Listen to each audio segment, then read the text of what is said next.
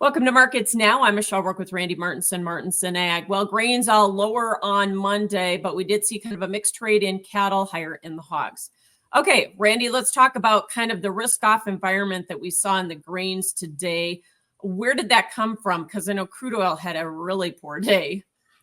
Crude oil had a tough day. We started rough pretty much in everything. Gold was lower, and it looked like everything was going to just kind of see a slow bleed. But and I think part of it coming from the fact that the funds don't want to be long on this market right now. Rumors are that some of the index funds are going to come in and rebalance their portfolios, but it certainly wasn't today's market. So combination of weather and the fact that there just isn't any demand out there, and that we're not seeing any exports, all added to the pressure. Yeah, so soybeans and corn, but soybeans especially. We've had some rains in Brazil recently, some more over the weekend. So that was part of the equation too today. It was. And then they've also extended the possibility of rain for Brazil I think it goes into the 6 to 10 day before we start seeing heat come back into play. So that kind of hurt the soybeans or put the soybeans on the defense. Corn still is looking for something to get direction. And right now it took its direction from the lower soybeans, which pulled it. That took the corn to new contract lows. And then wheat joined in behind. I mean, that was kind of also looking for some news. The fact that we didn't have any confirmation of China business and some moisture being forecast for the plains all came into pressure the wheat too. So let me ask you specifically from a technical basis on corn. As you say, funds have been selling. They're very short this market and have increased that short position. Now, after these contract lows, where do we find the next chart support? I think we find it down in that 435 level. That's kind of the line I would be looking at. I mean, I was hoping we wouldn't break that 450, but we're certainly looks like we will at this point. So I would be looking at 435 as finding some support. At that point, we are still one of the cheapest in the world as far as corn prices are concerned. Hopefully that would bring in some demand. And soybeans, new lows for the move here. We took out the June lows again. What are you watching from a chart standpoint we need to hold? I'm looking at that 1235 level for soybeans as the level to try to hold. We look back and then somewhere between that 1215, 1235 is kind of where our next support line lies. It's not the lows. We went a little bit lower earlier in the year, but I would think that level should hold and we should start to see a little bit of demand. I would think with the drop that we've seen, we should see some end users wanting, or some countries wanting to buy product. We certainly have the cheapest in town. Yeah, it's been surprising we haven't seen flash sales, don't you think? I'm very surprised that we haven't seen that, especially when you look at the shipping problems in just about every region, with the Panama Canal, you're looking at it with the Mississippi River yet, the Suez Canal, all these different regions that are seeing shipping problems. The easiest way to ship out of would be right now out of the Pacific Northwest. So I would think besides the reasonably priced product we have and the shipping ease, that should bring some demand. Mm-hmm. So Randy, you mentioned that wheat got caught up in this commodity-wide sell-off, or at least this grain sell-off today, but also we're looking at some better conditions in parts of the HRW belt too, aren't we?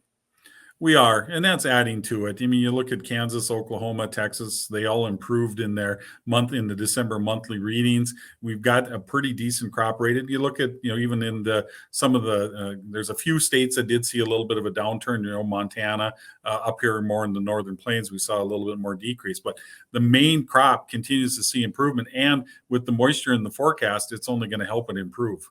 Yeah. Technically, Chicago closing below $6 today on the March, and then you've got Kansas City and Minneapolis back down knocking on contract lows again, don't you? We do. I think Minneapolis is only about a nickel away from its contract low. You look at Kansas City, we're sitting, within, I think, 10 cents of the lows. A little farther away in Chicago, but that market is holding its premium because of the sales that we had in November to China and the hope that China comes back and buys some more soft red. Well, the last time they waited for these prices to get down to contract lows and then stepped in and bought. But do you think that is likely to happen again, or are they done? I don't think they're done. I mean, the rumor is that they still need to buy a little bit of more wheat. So I do expect that they'll come back in again and buy. And, I don't know if they'll buy another 1 million metric ton or two, like they did this last time or more. I would expect that they would come in and get some more of their needs covered, though. We touched on it at the beginning of the program, but crude oil got whacked today, and a lot of that was just Saudi Arabia came in and started selling to Asia at lower prices.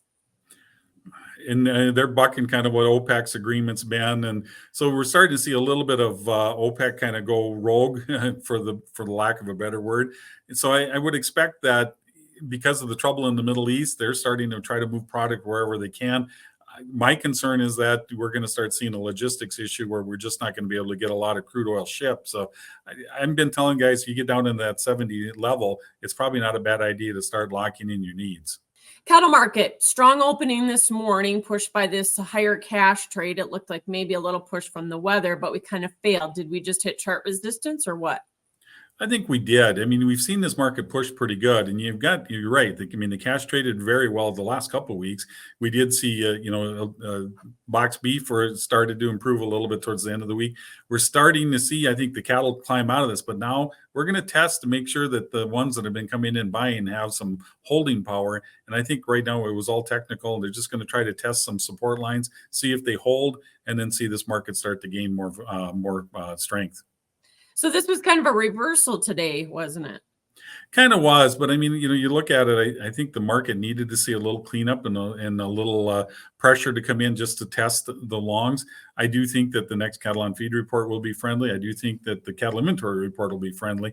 And seasonally, you start to see, the market kind of sees a bottom take place about this time frame towards the end of January, and then start to climb up again. Are you a little surprised we didn't put some weather premium in this market, or are we not, because the weights are so darn high? I mean, that's a really good point. Our weights are up there, and we do need to see some way to trim them down. And of course, this weather will put some. We're definitely not going to see feedlot performance very good with the system that's coming through, especially the major feeding regions of the U.S. So, if that trims the weights a little bit, I think that's kind of a bonus. So the feeders did end up higher because of the pullback on the corn, but seasonally, do we start to kind of turn the corner on that market anyways this time of year? Yeah, we do, and it's a little early, but I think because we got beat up so bad, and we're seeing a little bit more of a recovery now, so I think we'll start to climb out of it. And again, like I said, the cattle on feed report should be friendly. We should be seeing placements start to get less as we move forward, and I think that certainly will help keep supporting that feeder cattle market. Yeah.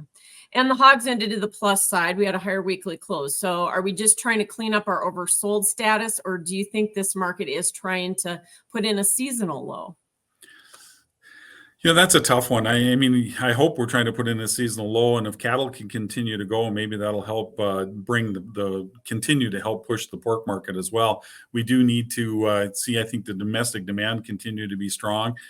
We do have a problem with more pork starting to come onto the market because of the hogs and pigs, but hopefully we're starting to see a little bit of a turn in that market.